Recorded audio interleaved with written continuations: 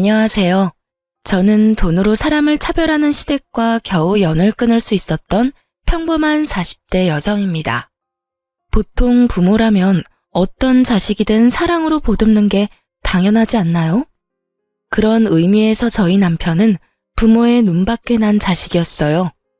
보통 이렇게 이야기하면 자식이 뭔가 잘못한 게 있으니 부모 눈밖에 나지 않았냐 하고 짐작하는 사람들이 많더라고요. 하지만 남편은 그런 사람이 아니었어요.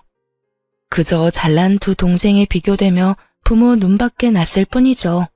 시댁의 둘째 시동생은 대기업에 다녔고 셋째 시동생은 공기업에 다녔어요. 남편만 유명하지 않은 중소기업에 다녔죠.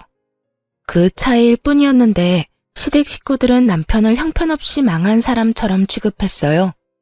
적어도 제가 보기에는 저희 남편만이 진심으로 가족에게 헌신을 다하는 사람이었어요. 남편은 항상 시부모가 필요한 일이 있을 때마다 연차를 내고 도움을 주러 왔었고 무슨 일이든 시부모의 일이라면 항상 해결해 주려 노력했어요. 다른 두 동생들이 바쁘다는 핑계로 아무것도 안 할 때도 말이죠. 장남이라서 그랬던 것만은 아니었더라고요. 원래 심성이 곱고 착한 사람이었죠. 어릴 때부터 참 잘했다는데 시부모는 그런 남편보다 공부 잘하고 좋은 직장에 간 두 동생들만 편애했다고 하더라고요. 결혼 전 인사차 시댁에 들렀을 때 그런 모습을 본 적 있었어요. 시댁 화장실에서 긴장되어 심호흡하는데 밖에서 대화하는 소리가 화장실 안까지 들리더라고요. 시모가 남편에게 대놓고 말했어요. 넌 정말 끝까지 날 실망시키는구나. 어디 가서 꼭 너 같은 애를 데려오고. 엄마는 너한테 기대도 안 했지만 어떻게 저런 애를. 됐어. 내가 너한테 무슨 이야기를 하겠니? 어머니, 그 사람 좋은 사람이에요. 마음씨도 곱고 강단도 있고 착하고요. 뭐가 마음에 안 드시는 건지 모르겠지만 여자친구 앞에서는 그런 말씀 마세요.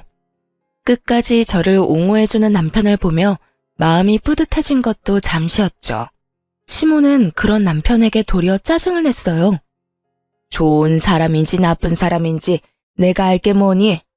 좋은 직장에 취직을 못했으면 마누라라도 제대로 된 사람 만나야지. 홀아버지 밑에서 큰 외동딸이라니. 게다가 의사도 아니고 간호사? 네 동생들 보기 부끄럽지도 않니? 네 동생들 와이프는 다들 교사에 공무원에 날고 기는데. 너 내가 왜 이렇게 마음에 드는 구석이 하나도 없어? 결혼하고 싶으면 네 마음대로 해라. 너 좋다는데 내가 무슨 할 말이 있다고? 그래도 너 결혼할 때는 동생들처럼은 못해주는 거 이해해라. 동생들 다 1억씩 해갔다고 너까지 1억 가져가려고 하면 형평성에 어긋나지 않니? 네가 나한테 해준 게 뭐 있다고? 넌 5천만 원만 줄 테니 둘이서 알아서 맞춰서 가. 5천만 원 주는 것도 감지덕지인 건 알지? 시모의 말에 남편이 상처받을까봐 저는 후다닥 화장실에서 나왔어요. 그리고 웃으며 아무것도 못 들은 것처럼 남편 옆에 앉았죠. 저기 이제 자리에서 일어나야 할 것 같아요. 오늘 야간 근무하는 직장 동료가 근무를 바꿔달라고 연락이 와서요. 죄송하지만 다음에 찾아뵙겠습니다. 그렇게 말하고 남편을 데리고 밖으로 나왔어요. 남편은 표정이 좋지 않았어요. 결혼 전부터 저를 탐탁치 않아 하는 시모 때문에요.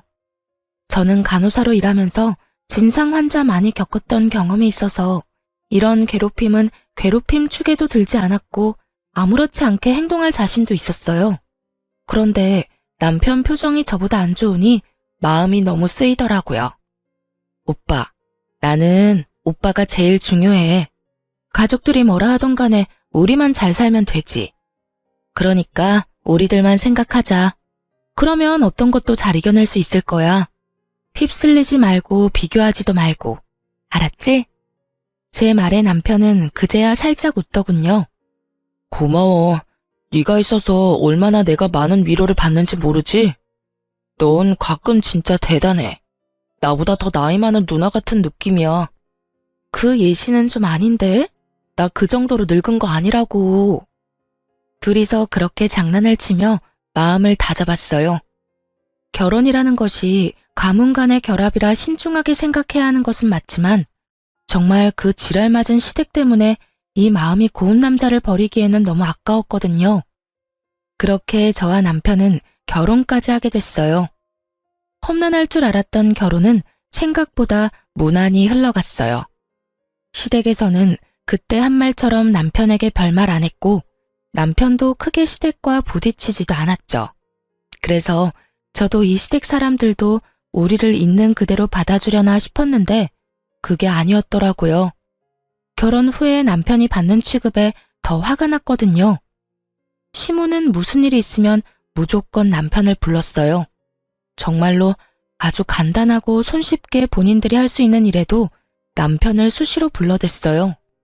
병원을 같이 간다거나 물건을 살 때 차 운전을 시키거나 지인들 경조사에 갈 때도 운전을 시켰어요. 그리고 더 화가 나는 건 부르는 시간도 천차만별이었다는 거예요. 아침에도 오후에도 한밤중에도 문제가 생기면 바로 전화해서 남편을 무슨 콜택시 부르듯 불렀어요. 제일 어이없었던 건 시댁 화장실과 세면대가 막혔다고 우리 남편을 불렀을 때였죠.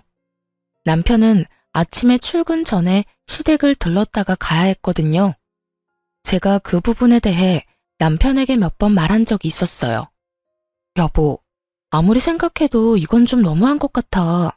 솔직히 무슨 일만 생기면 당신을 부르잖아. 자기 몸이 2개도 아니고. 매번 어떻게 그 요청을 다 들어줘? 힘들면 동생들한테도 좀 시켜. 동생들은 나보다 더 바쁠걸? 그리고 내가 부모님한테 미안해서 그래. 기대하신 만큼 부응하지 못한 게 여전히 마음에 남아있거든. 이렇게라도 부모님한테 도움이 되면 마음이 편하거든. 남편은 남편 나름대로 시부모의 행동 때문에 받은 상처를 어떻게든 해결해보려 노력하고 있더군요. 그걸 무턱대고 부정하며 잘못됐다고 말할 수는 없더라고요. 그런데 제가 결국 시댁에 직접 말을 하게 되는 일이 벌어졌어요. 결혼 후 몇 달 뒤에 시모에게 직접 저한테 전화가 왔어요. 주말에 일이 있으니 시댁에 들르라는 말이었어요. 남편과 함께 갔는데 시모가 그러더군요. 다음 주면 명절인데 집골이 말이 아니구나. 오늘은 집 대청소에 냉장고 청소를 좀 해야겠다. 그러면서 저와 남편에게 청소 도구를 쥐어주시더군요. 저는 당황했어요. 갑자기 불러서 청소라니. 제가 물었어요. 동서들은 언제 오나요? 오면 같이 시작하는 게 어떨까 싶은데. 저는 당연히 다른 동서들도 올 거라고 생각하고 물었거든요. 그런데 시모가 어이없는 말을 하더군요. 동서들이 여길 왜 오니? 너랑 아범 둘이서 다 해야지. 내가 솔직하게 말해서 이런 말까지는 안 하려고 했는데 너는 염치도 없니? 네 2 동서들이 시댁에 용돈을 얼마를 주는지 알기는 해? 너희보다 월등히 많이 줘. 냉정히 생각해봐라. 걔네한테 일을 시키는 게 맞는 거니? 너희한테 일을 시키는 게 맞는 거니? 너랑 2 동서를 똑같이 생각하는 게 어이가 없잖아. 돈도 많이 못 벌어다 주는 거면 몸으로라도 때워야지. 그 말에 진짜 머리를 한 대 맞은 것 같은 기분이었어요. 이 사람이 무슨 소리를 하나 싶었다니까요. 매달 받는 용돈 액수의 차이가 나기 때문에 우리한테만 일을 시킨다는 말에 더 어이가 없었어요. 용돈이고 뭐고 다 떠나서 며느리를 일 시켜 먹으려고 한다는 것 자체가 언제적 사고방식인지 모르겠더라고요. 사실 남편은 결혼 전부터 시모에게 매달 20만 원씩 용돈을 드리고 있었어요. 결혼 전 남편은 월세로 따로 자취를 하고 있었거든요. 월급이 세후 280 정도였는데 적금을 100만 원을 꼬박꼬박 넣었죠. 월세 60에 적금 100에 생활비 쓰고 나면 딱히 남는 게 없었지만 그 없는 살림에도 남편은 시모에게 꼬박꼬박 20만 원씩 드렸어요. 많이 못 드려 죄송하다는 말과 함께 말이죠. 솔직히 그거라도 주는 게 대단하다고 생각했어요. 월급도 300이 안 되는 데다가 월세까지 사는 사람에게 20만 원도 큰 돈이잖아요. 그런데 2 동생들은 매달 50만 원씩 용돈을 준다고 하더군요. 결혼을 하기 전에도 결혼을 하고 난 뒤에도 말이죠. 시모는 그 액수의 차이가 차별의 기준이 된다고 아주 대놓고 말을 하더군요. 어머님은 며느리와 아들들을 이렇게 차별하는 게 당연하다고 말씀하시는 거예요? 차별이라니, 그건 차별이 아니라 등가 교환인 거지. 누가 들으면 오해할 이야기를 어쩜 이렇게 태연스럽게 하는지. 예, 너희가 돈을 적게 내니까 일을 더 많이 하라는 건데 그걸 왜 그런 식으로 받아들이니? 시모가 저한테 엄청 화를 내더군요. 제가 급소를 찌른 모양이었어요. 그런 식으로 비춰지고 싶지는 않은 모양이었죠. 그날 일을 하고 돌아와서 저는 남편에게 말했죠. 우리도 용돈 50 드리자. 내가 30만 원 보탤게. 이런 식이면 영영 죽을 때까지 시댁에서 하는 일처리 당신이랑 내가 다 해줘야 할지도 몰라. 당신은 부모님께 더 잘해주고 싶은 건지 몰라도 나는 아니야. 동서가 2명이나 있는데 내가 왜 혼자서 모든 걸 다 감당해야 해? 그리고 내가 만약에 애라도 생겨봐. 내가 그 몸으로 무리하다가 문제 생기면 그때는 어떻게 할 거야? 차라리 처음부터 그런 일 없도록 일 처리하는 게 나아. 내가 보태줄 테니까 그렇게 하자. 제 말에 남편도 수긍을 했어요. 임신을 언급하기 전에는 제 말에 반대를 하려고 한 듯 보였는데 애 이야기에 마음이 돌아섰더라고요. 그럴 수밖에 없죠. 애가 태어나고도 불려가는 거 생각하면 남편 입장에도 힘들 수밖에 없잖아요. 그래서 저는 그 다음 달부터 시모에게 50만 원을 붙였어요. 하지만 시모는 여전히 남편을 불러냈어요. 그래서 전 남편에게 정말로 바쁠 때는 가지 마라고 조언했어요. 그리고 남편을 시켜서 2 동생에게 전화를 하게 했어요. 도련님, 저희 남편 요즘 일이 바빠서 어머님이 부를 때마다 가지를 못해요. 그러니까 도련님이 좀 가주세요. 어머님한테도 좀 신경 쓰시고요. 형수, 그렇게 말해도 저희는 바쁜데 어떻게 매번 시간 내서 시댁에 가요? 난색을 표하는 시동생에게 제가 말했죠. 형은 계속 그렇게 해왔어요. 일하는 거 다 똑같고 형님이야말로 요즘 야근한다고 바빠요. 여태껏 계속 해온 형 대신에 2 도련님이 애 좀 써주세요. 솔직히 이런 말까지는 안 드리고 싶은데 시댁에 돈 많이 받아간 사람은 2분이잖아요. 그게 무슨 말이에요? 저희는 매달 용돈도 꼬박꼬박 드리고 있다고요. 용돈은 저희도 드려요. 그런데 결혼할 때 도련님들 시댁에서 얼마 받으셨어요? 제가 알기로는 1억 넘게 받았다고 들었는데 저희는 5천만 원 받았거든요. 그러면 2 도련님께서 더 노력해야 하는 게 당연한 거 아닌가요?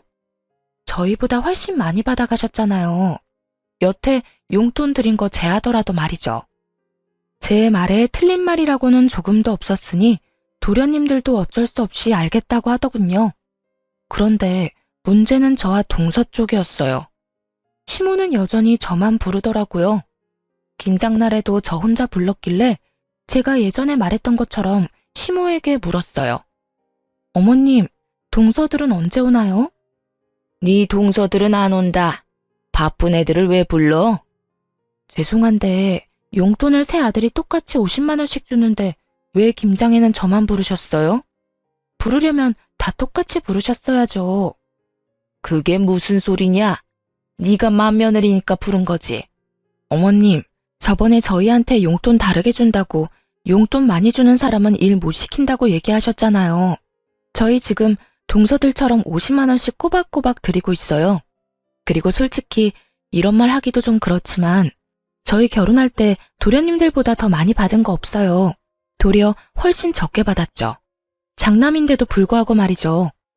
솔직히 주는 것도 다행이라고 생각하고 여태껏 남편이 군말 없이 시댁 일 도와드렸던 것 같은데 저는 그게 평등하다고 생각 안 하거든요.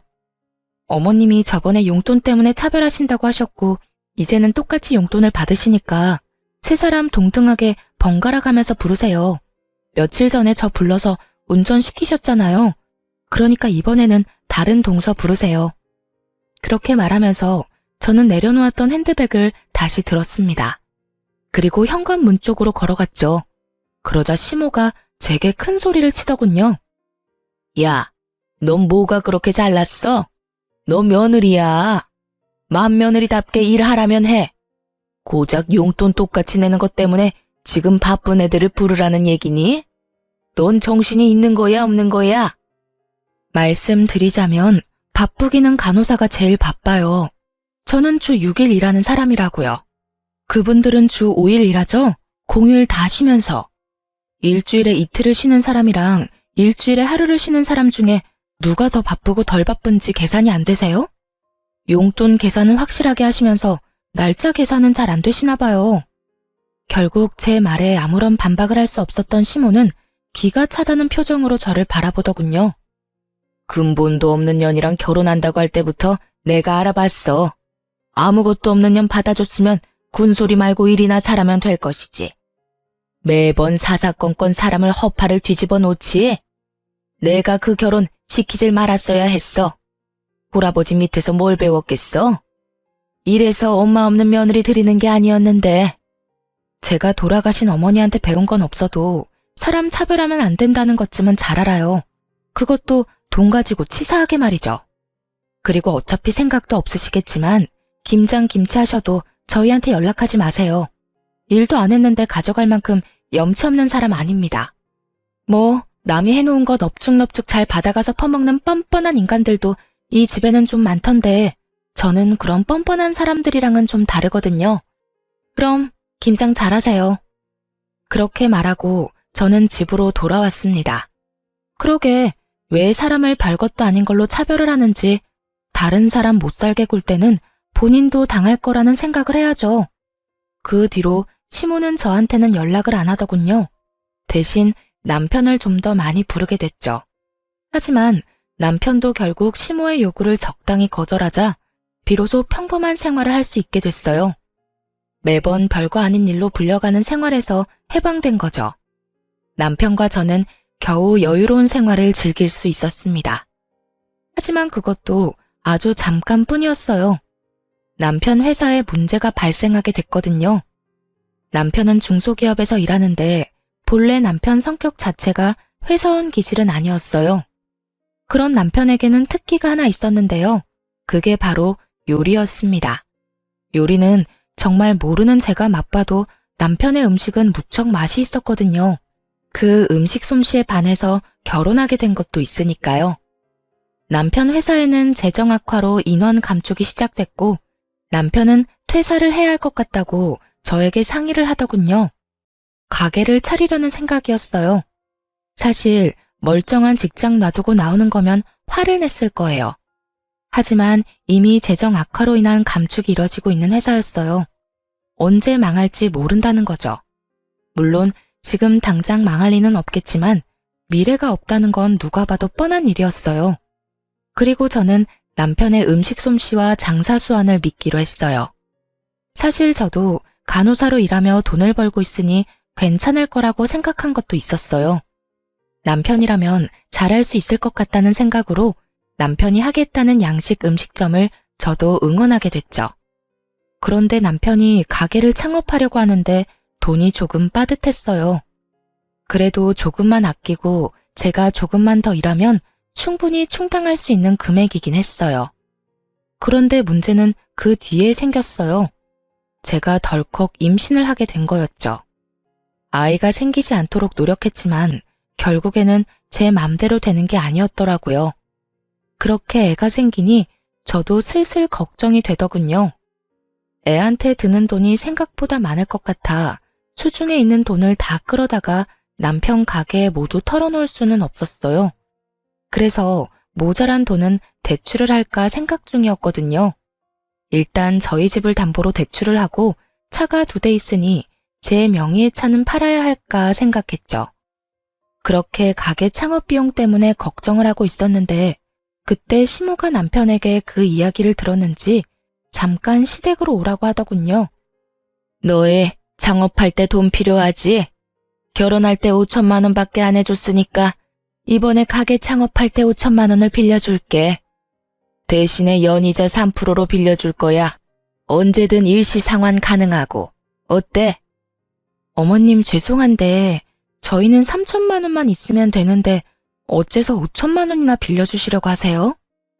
너희 가게 차릴 때 딱 필요한 만큼만 돈 나오는 거 아니다. 인테리어나 그 외 다른 변수들이 생기면 어떻게든 돈이 들게 돼 있어.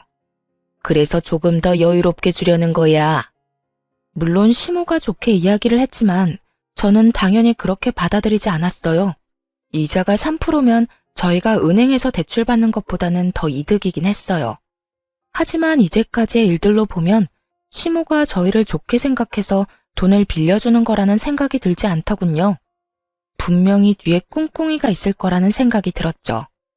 도대체 이 사람들이 무엇을 위해서 우리에게 돈을 빌려주려고 하는 것일까? 그것도 3천만 원이 필요한 사람에게 5천만 원이나 빌려주겠다는 말을 왜 했을까? 솔직히 시모에게 꿍꿍이가 있다 하더라도 이 조건은 저희에게 무척 좋은 조건이었어요. 매달 원금은 갚지 않아도 되고 이자만 갚으면 되며 만기 상환 일시가 정해져 있지 않고 일시 상환 가능한 시점에 상환하면 되니까요. 그러나 저는 뭔가 불쾌한 기분이 들어서 남편에게 그냥 거절하자고 말했어요. 하지만 남편은 뱃속의 아이를 생각해서라도 조금이라도 아껴야 한다며 시모에게 돈을 빌리게 됐습니다.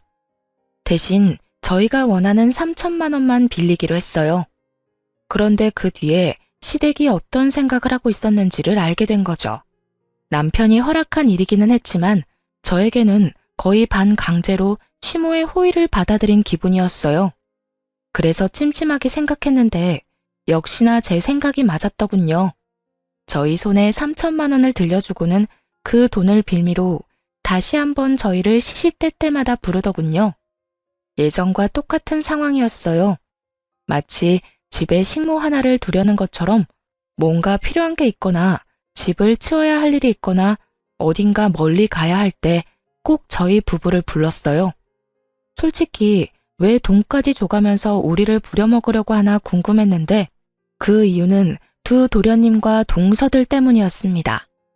동서들은 불러도 고분고분 오는 성격이 아니었고 애초에 시모도 두 동서를 자기 맘대로 부리지 못하더군요. 겨우겨우 삼형제를 평등한 상황으로 만들어놨는데 결국에는 다시 이렇게 불평등한 상황으로 내몰리게 됐어요. 게다가 그간 저희를 부르지 못했던 한이라도 풀듯이 시모는 임신한 저의 몸 상태도 고려하지 않고 일주일에 2-3번을 불러내기 시작했습니다. 돈을 빌려갔으면 빌려간 값은 해야지. 아무리 우리가 호의로 돈을 빌려줬어도 그걸 당연하게 여길 생각은 아니지. 그리고 애도 움직여야 건강한 법이야. 집에서 쉴 생각하지 말고. 결국 시모의 행동에 저는 참지 못하고 그 3천만 원을 돌려주기 위해 사방으로 뛰어다니며 돈을 마련하기 시작했습니다. 그리고 그때 친정아버지가 저를 불렀죠. 딸, 요새 돈 많이 필요해? 여기저기 전화 돌리는 것 같은데 아버지가 좀 도와줄까? 마침 친정아버지는 재개발 보상금을 받아 이사를 가려던 중이었거든요. 제가 직접 아버지께 연락은 안 드렸지만 친척한테 전해들었나 보더라고요. 남편과 상의해서 친정아버지에게 감사히 돈을 빌리기로 결정하고 다시 전화를 드렸어요. 아빠, 너무 고마워. 이렇게까지 도와줘서. 사실 시댁에서 스트레스만 안 줬으면 아빠한테 신세질 일도 없을 텐데. 나랑 남편이랑 돈 많이 벌면 아빠한테 꼭 갚아줄게. 이자 두둑하게 쳐서 갚아줄 테니까 걱정하지 마. 안 갚아줘도 돼. 아빠가 너 결혼할 때 도와주지 못한 거 지금 해준다고 생각하니까 마음이 편해. 그리고 너 힘들 때 도움이 돼서 얼마나 좋은지 알아? 여태껏 너한테 도움 한 번 못 돼서 마음에 짐이 무거웠거든. 그러니까 딸, 갚을 생각하지 마. 저는 그런 아버지를 끌어안아주고 다독여줬습니다. 정말 너무 감사한 일이었어요. 부모의 사랑이라는 게 당연하지 않다는 걸 옆에서 봤잖아요. 시모는 남편을 그렇게 다독여준 적이 한 번도 없었거든요. 저는 홀아버지 밑에서 자랐지만 사랑만은 가득 받았다고 생각하며 저는 3천만 원을 들고 남편과 함께 시댁으로 갔어요. 어머님, 드릴 말씀 있어서 왔어요. 부르지도 않았는데 무슨 일이니? 그래, 차라리 잘 됐다. 온 김에 냉장고 청소도 좀 하고 가렴. 너 좀 있으면 출산인데 출산할 때까지 몸 부지런히 움직여야 해. 그게 아니고 저번에 빌린 3천만 원요. 그거 갚으려고 왔어요. 제 말에 시모의 얼굴이 딱딱하게 굳어가더군요. 이유는 한 가지뿐이었어요. 저희가 돈을 갚아버리면 허드렛 일 시킬 명분도 사라지니까요. 왜 갑자기 돈을 갚아? 너희한테 빌려준 거 천천히 갚아도 된다고 했잖니. 이자가 많이 나오는 것도 아닌데 혹시 너희 대출 받았어? 대출 이자가 얼마나 아까운지 알아? 혹시 대출 받았으면 당장 갚고 와. 이상한 데 돈 쓰지 말고. 그런 거 아니에요. 저희 아버지가 저희 사정 아시고 도와주셨어요. 그러니까 어머님께 빌린 돈부터 먼저 갚는 게 맞는 거라고 생각했고요. 대출 아니니까 걱정 마세요. 그리고 이거 돌려드릴 테니까 앞으로는 저희만 부르지 마시고 서방님네도 부르세요. 그리고 일손이 필요하신 거면 일하는 사람을 부르시고요. 집안일 하실 분이 필요하면 도우미 여사님을 부르시면 좋을 것 같아요. 아니, 돈 빌려줘 놓고 이렇게 또 사람을 부려먹으려는 건 좀 아니지 않나요? 너 지금 내가 너희 부려먹으려고 돈 빌려줬다고 생각하니? 네, 그런 의도라고 생각하고 있어요. 어머님 행동이 그렇잖아요. 돈 빌려주시고 나서는 일주일에 2-3번을 부르시는데 그런 생각이 안 드는 게 더 이상하죠. 너 지금 말 다 했니? 나도 너희 같은 자식이면 며느리 필요 없어. 되먹지도 못한 것들 받아주려고 했더니 도리어 사람을 좀생이 같은 인간으로 만들어? 나가. 우리 집에서 당장 나가고 연락하지 마. 너희 같은 애들 우리도 필요 없어. 어디 고마운 줄도 모르고 사람을 나쁜 사람으로 만들어? 너 그렇게 생각하는 거 자격지심이야. 열등감이라고. 앞으로 얼굴 비치지 마라. 돈을 갚는데도 이렇게 화내는 걸 보니 속이 훤히 보이는 것 같아 웃기더군요. 옆에 있던 남편도 어이없는 얼굴로 말했죠. 어머니, 저희가 어머니한테 빌린 돈을 갚는데 왜 이런 말을 들어야 하는지 모르겠어요. 저희가 뭘 잘못했는데 이렇게 나가라고 소리치고 화내시는 건가요? 돈을 갚은 게 싫으신 거예요? 아니면 동생들 대신 우리를 못 부르는 게 싫으신 거예요? 저도 이제 지치네요. 어머니 원하시는 대로 해드릴게요. 여보, 가자. 남편이 그렇게 말하고 저를 끌었습니다. 그렇게 시댁과 인연은 정말로 뚝 끊기게 됐어요. 솔직한 말로 저희는 아쉬울 것 없었어요. 남편도 그쯤 되니 시댁 행동에 진저리를 치더군요. 노력해도 언제나 사랑받는 건 두 시동생들 뿐. 그런 남편에게 저와 친정아버지는 남편의 인정 욕구를 채워주려 노력했어요. 그래서 그런지 남편은 친정에 더 마음을 쓰더라고요. 그러면서 우리끼리 잘 살아보자고 말했죠. 우여곡절 끝에 남편은 음식점을 개업했어요. 다행히 남편의 음식 솜씨가 좋았던 모양인지 가게는 잘 되기 시작했고 1년이 넘어갈 때에는 매출이 엄청 올라 남편 월급의 2배만큼 벌 수 있게 됐어요. 친정아버지는 바쁠 때마다 나와서 홀도 봐주시고 도움을 많이 줬어요. 회사원으로 일할 때마다 더 벌게 되니 저희 주머니 사정도 굉장히 나아졌어요. 그렇게 시댁과 연 끊은 지도 3년이 지나가고 있었어요. 아이는 어느새 3살이 다 되어가고 있었죠. 그렇게 행복할 줄 알았는데 친정아버지 몸이 많이 안 좋아졌어요. 병원에 가보니 위암에 걸렸다고 하더군요. 암 걸리는 사람이 많아졌다고는 들었지만 그게 저희한테 닥쳐올 줄은 그 누구도 상상 못했었어요. 남편은 망설임 없이 저한테 그러더군요. 같이 병간호하면서 치료하면 이겨낼 수 있을 거라고요. 제가 슬픔에 빠져 눈물만 흘리는 동안 남편은 전문 병원부터 시작해서 위암 환자에게 필요한 것들, 하면 안 되는 것들, 그런 정보들을 꼼꼼히 조사하기 시작했어요. 정말 의지가 되는 사람이었습니다. 그래서인지 저희 아버지도 항상 고마워하며 남편에게 미안함을 전했어요. 자네한테는 언제나 미안하네. 내가 몸도 성취하는데 매번 자네한테 신세를 지니 도움이 되어야 할 터인데 도움을 받게 되니 말이야. 해준 것도 없는데 시간 내서 이렇게 와주는 것도 참말로 미안하네. 그리고 미안함보다 고마움이 더 크고 말이지. 자네가 해준 것들은 내가 꼭 잊지 않겠네. 친정아버지는 그렇게 말하며 남편에게 매우 고마워했어요. 남편은 뿌듯해하기도 하고 칭찬을 받으니 더 열심히 하고 싶기도 했나 봐요. 저희가 의지를 다잡고 있는 동안 시모에게서 연락이 왔어요. 잠깐 만나자고 하더군요. 그것도 남편과 함께 말이죠. 남편은 가게 문을 닫고 나올 수가 없어서 시모를 가게로 불렀어요. 오픈 시간 전에 말이죠. 시모는 작은 규모의 저희 가게를 보더니 코웃음을 치고는 용건만 빠르게 말하더군요. 너희 아버지 병원 데려갔더니 간암 3기란다. 이식 말고 답은 없다는데 내일 땡땡 병원 가서 이름 말하고 간이식 검사하고 와. 정말 3년 만에 뜬금없이 찾아와서 할 말은 아니었어요. 그리고 저만 그렇게 느낀 건 아니었죠. 언제는 필요 없다고 나가라고 해놓고 3년 만에 연락 와선 간이식 검사를 하라고요? 그보다 먼저 할 이야기가 있지 않으세요? 넌 도대체 무슨 말이 듣고 싶은 거니? 내가 화내서 너희를 쫓아냈다고 해서 네 아빠가 바뀌는 건 아니잖아. 아버지가 아프다는데 이식도 안 해주려고? 그게 아니죠.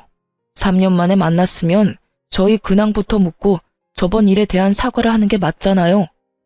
장장 3년을 연락도 안 하고 지냈는데 갑자기 제 간이 필요해서 왔다고 하면 제 기분은 어떻겠어요? 검사는 할 거고요. 그런데 드리고 안 드리고는 제가 선택할 문제죠. 선택? 너한테 선택이라는 게 있다고 생각하니? 너 머리끝부터 발끝까지 나랑 내 남편이 만들어준 거야. 그런 주제에 네가 부모 부양의 의무를 지지 않겠다는 거야? 그럼 처음부터 부양을 할 수 있도록 다른 동생들과 차별하지 말고 잘 키워주셨으면 됐잖아요. 제가 바보라고 생각하세요? 저야말로 두 분이 바라는 인생 만들어드리지 못해서 마음의 비처럼 생각하고 허드렛 일 다 도맡아서 한 거예요. 그쯤 했으면 인정해주고 이해해줄 때도 되지 않아요? 그런데 어머니 저한테 어떻게 하셨어요? 차라리 저한테만 그랬다면 저도 군말 안 할 생각이었어요. 그런데 제 와이프까지 끌어들여서 이 일 시키는 건 아니잖아요. 재수 씨들은 손가락에 물 하나 안 묻히면서 왜 저희 아내한테만 그런 일을 시키셨어요? 너 지금 네 와이프 편드느라 부모한테 대드는 거니? 그럼 네가 잘 좀 하지 그랬어? 아직까지 제 탓이에요? 알았어요. 더 이상 할 말 없으니까 나가세요. 어머니 진심은 잘 알았어요. 뻔히 눈앞에 보이는 손녀딸에게 눈길 한번 안 주는 거 보니 저를 자식이 아니라고 생각하는 건 명백해 보이니까요. 저는 어머니 소유물이 아니고 간이식은 어느 누구도 강요할 수 없는 부분이에요. 제가 연락할 때까지 연락하지 마세요. 결국 시모는 남편에 의해 가게 밖으로 쫓겨나갔어요. 그러나 남편은 결국 간이식 검사를 하러 갔어요.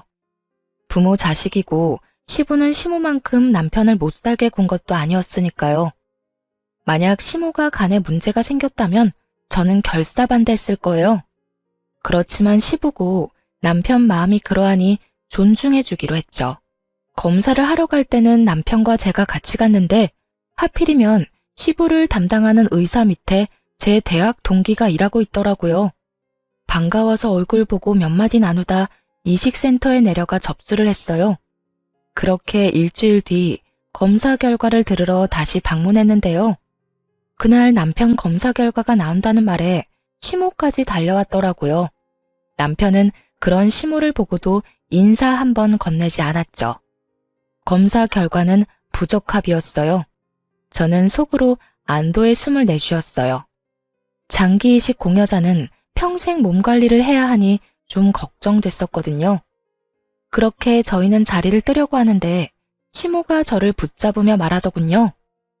너도 가족이잖니? 너도 검사 한번 해보고 가거라. 어머니! 시모의 어이없는 말에 남편이 저 대신 화를 버럭 냈어요. 어떻게 이렇게 무례할 수 있어요? 화내려는 남편을 자제시키며 제가 시모에게 물었어요. 저한테 하라는 거 보니 다른 두 동서들은 간이식 검사 했나 보죠? 그래, 둘 다 부적합으로 나왔다. 넌 맏며느리인데도 검사를 안 하면 그건 문제가 있지 않겠니? 죄송한데 어머님, 적합자는 이미 나온 걸로 아는데요. 제가 진행 상황 차트를 전부 봤거든요. 적합한 가족이 이미 나왔는데도 저희한테 검사 요구하는 거 혹시 아버님도 알고 계시는 상황인 건가요? 제 말에 시모가 입을 꽉 닫아버리더군요. 묵비권 행사, 침묵이 진실이라는 말이 있죠. 사실 이걸 물어볼 필요도 없었어요. 왜냐면 이미 알고 있었거든요. 그 동기가 알려줬으니까요. 시모가 보호자 신분으로 결과를 전부 듣고 갔다고 하더라고요. 어머니, 어떻게 이러실 수 있어요? 적합자가 있는데 왜 검사해보라고 한 거예요? 그걸 언제까지 속일 생각이셨어요? 넌 동생 앞길 막고 싶니? 공여자도 힘든 수술이라잖니. 너야 별 볼 일 없는 직장에 이를 것도 없지만 둘째랑 셋째는 너랑 달라. 걔네들이 얼마나 큰 일을 하고 있는데. 시모의 어이없는 말에 남편이 시모에게 소리를 지르며 난리를 치는데 저는 조용히 그 옆에서 폰을 들었어요. 그리고 시부에게 전화를 걸었죠. 네, 오랜만에 연락드려요. 죄송해요. 그런데 제가 드릴 말씀이 있어서요. 혹시 둘째 도련님이 간이식 적합자인 거 알고 계셨어요? 어머님이 아버님을 속이신 것 같아요. 둘째 도련님 앞날을 생각해서 그러신 것 같은데 아직까지 그렇게 힘드신 게 아니라 다행인 것 같네요. 제 말에 대답도 않고 전화가 뚝 끊기더군요. 그러더니 시모 전화가 시끄럽게 울리기 시작했어요. 시부 전화였죠. 전화를 받은 시모 얼굴이 확 구겨지더군요. 시부에게 한 소리 들은 것이 분명해 보였어요. 폰 너머까지 들리는 시부의 목소리에는 노성이 가득 차 있었죠. 그런 시모를 놔두고 저희는 집으로 돌아왔어요. 시모는 돌아가는 저희를 잡으려고 했지만 시부의 분노를 고스란히 몸으로 막아내는 중이라 그럴 수도 없었어요. 그리고 그 다음날부터 시모는 시도 때도 없이 저한테 전화를 해서 쪼아대기 시작했어요. 너희들 때문이야. 너희가 그 이야기를 남편한테 풀어버리는 통에 남편이 내 명의 카드까지 정지했잖아. 너희가 책임져. 어머님이랑 둘째 도련님이 거짓말해서 생긴 일을 왜 저희가 책임져야 하는데요? 그리고 무슨 책임을 어떻게 지라는 말이에요?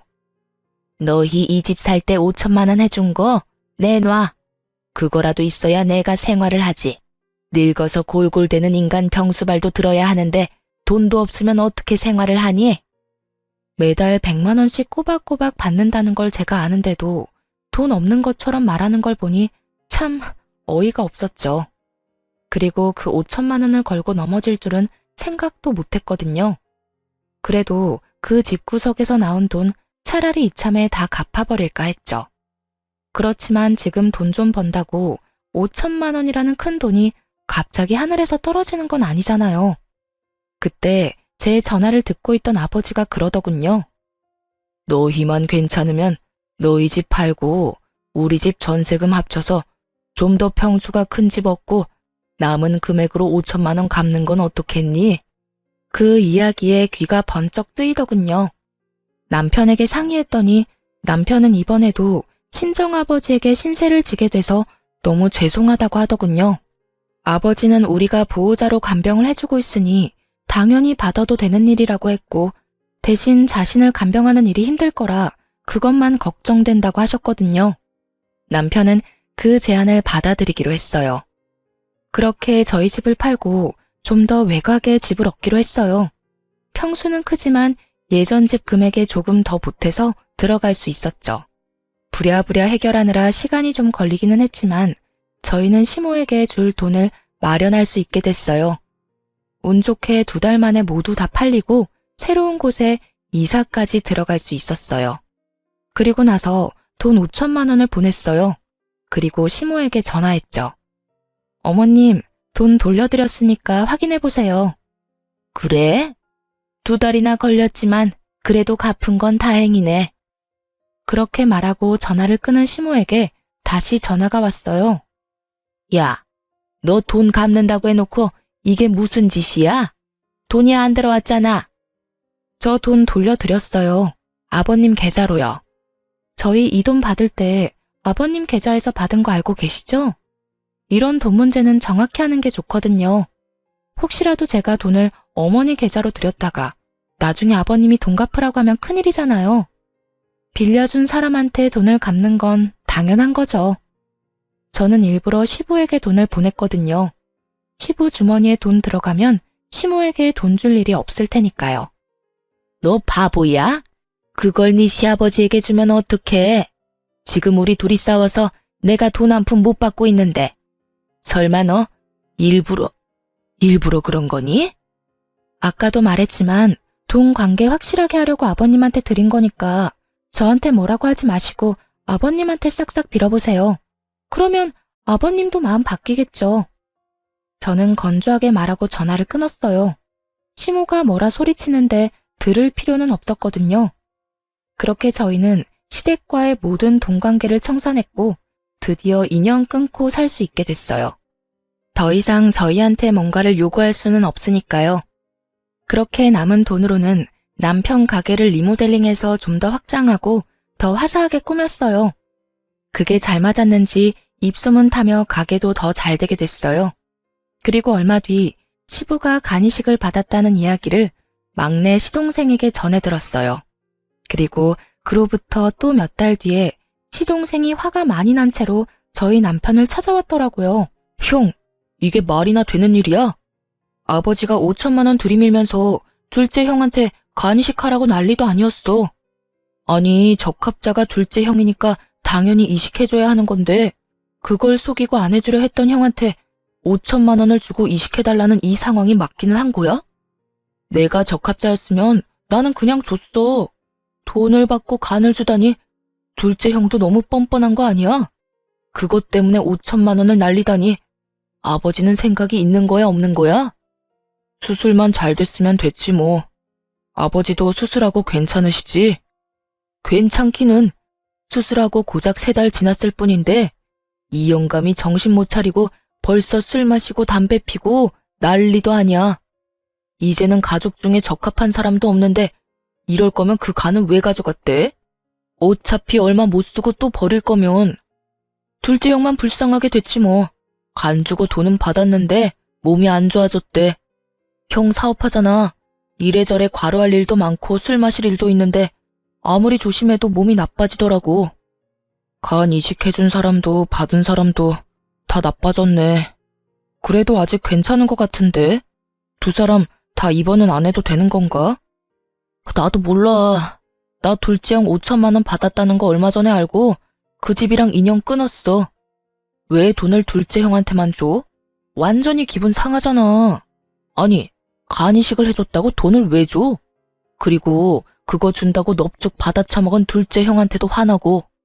결국 시부가 그 5천만 원을 둘째 시동생에게만 줬다는 게 화가 난다는 막내의 투정이었던 거죠. 하긴 돈만큼 사람 기분 상하게 하는 게 없죠.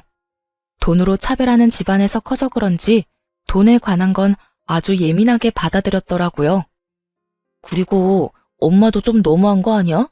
우리한테 매달 돈 받아가면서 집 살 때 1억 넘게 해줬으니까 책임지라며 우리더러 합가하자고 하잖아. 돈 더 받아간 둘째 형한테 말하라니까 형은 간이식을 해줘서 안 된대. 그러면서 우리 집에 와서 돈을 얼마나 펑펑 쓰는지. 말도 못하게 낭비가 심해서 엄마도 내쫓아버렸어. 와이프가 엄청 싫어했거든. 돈은 있는 대로 갖다 쓰면서 무슨 잔소리는 그렇게 많은지 화가 안 날 수가 없더라고. 막내 도련님 이야기를 들어보니 시모도 여전하더라고요. 그렇게 울분을 토하고 간 막내 도련님 이후에 둘째 시동생도 저희 집에 찾아왔어요. 아주 얼굴이 반쪽이 되었더군요. 형, 부탁이 있어서 찾아왔어. 무슨 부탁? 아버지, 좀 형이 모시면 안 돼? 형이 장남이잖아. 나는 간이식까지 했고 막내는 어머니 모시고 있어. 그러니까 형이 아버지 모셔야지. 당연한 듯 말하는 둘째 시동생을 보며 아직 시모가 쫓겨난 이야기는 못 들었구나 싶었어요. 그리고 뭐가 이렇게 당당하나 싶은 생각도 들었죠. 내가 장남인데 장남으로 여겨진 적은 없잖아. 이제 와서 네가 장남 운운하는 것도 좀 웃기다. 간이식은 어차피 돈 받고 해준 거지. 막내한테 다 들었어. 그리고 너희 결혼할 때 돈 다 받아갔잖아. 난 그거 다 갚았어. 그러니까 그 돈 갚을 만큼은 네가 아버지 돌봐드려. 돈 줄게. 아버지한테 받은 5천만 원 나눠줄 테니까 아버지 좀 부탁하자. 어? 너 우리 가게 얼마나 잘 되는지 모르지? 그 돈 없어도 될 정도야. 그리고 그 5천만 원 원래 나한테서 나온 돈인 거는 알고 있어? 집 살 때 받은 돈 5천만 원 내놓으라더라. 그래서 돌려드렸는데 그걸로 간을 사실 줄이야. 어쨌든 우리는 돈 없어도 되니까 너희 일은 너희가 알아서 해. 형, 1억이야? 형도 가족이잖아. 어느 가족이 돈으로 형제를 차별해? 그리고 3년 동안 연락 없어도 너희 잘 살았잖아. 아버지 몸 좀 안 좋다고 연락 와서 이제 와서 가족 행세하면 누가 좋다고 그럴까? 그러니까 여태 해왔던 것처럼 알아서들 해. 우리한테 신경 끄고. 그리고 나는 처가 식구들 챙기는 것만으로도 바빠. 여태껏 장인어른한테 도움받은 게 얼마나 많은데 그래서 병수발 드는 것도 당연한 일이고. 뭐? 지금 친아버지 놔두고 남의 아버지를 챙기겠다는 거야? 당연하지. 그 친아버지 친어머니가 나한테 한 짓을 생각하면 항상 도움만 주려는 처가의 눈길이 가는 건 당연하지 않냐? 있는 것도 다 빼앗아가고 종처럼 부려먹으려는 부모랑 있는 거 다 내어주고 고맙다며 항상 챙겨주는 장인어른이랑 비교가 안 되려야 안 될 수가 없잖아. 앞으로 이런 일로 나 찾아오지 마. 그렇게 남편은 둘째 시동생도 내보냈어요. 나중에 이야기 들어보니 간이 다시 망가진 시부는 돌봐줄 사람 없이 요양병원에 들어갔고 간이식은 꿈도 못 꾸고 있다고 하더군요. 게다가 시부가 돈을 꽉 쥐고 있는 통에 돈 한 푼 제대로 못 쓰는 시모도 막내 아들에게 버림받고 단칸방 하나 얻어서 수발 들며 힘들게 살고 있다고 하더라고요. 자식을 도구로 쓰려다가 스스로 도구가 되어버린 시모를 보면서 조금이라도 장남에게 잘했으면 이런 비참한 노년을 맞이하지는 않았을 거라는 생각이 들었어요. 저희 아버지는 위암 진단 후 저희 부부의 지극한 병간호에 이제 완치 판정, 즉 치료 후 5년까지 딱 1년을 앞두고 있거든요. 남편이 처갓집에 마음을 붙여줘서 참 다행이라는 생각을 해요. 그리고 이런 복덩이 같은 남편을 제 손으로 내친 시댁도 자기 손으로 복을 내보낸 걸 알려나 모르겠네요. 지금까지 저의 긴 시댁 이야기 들어주셔서 감사합니다. 좋은 하루 되세요.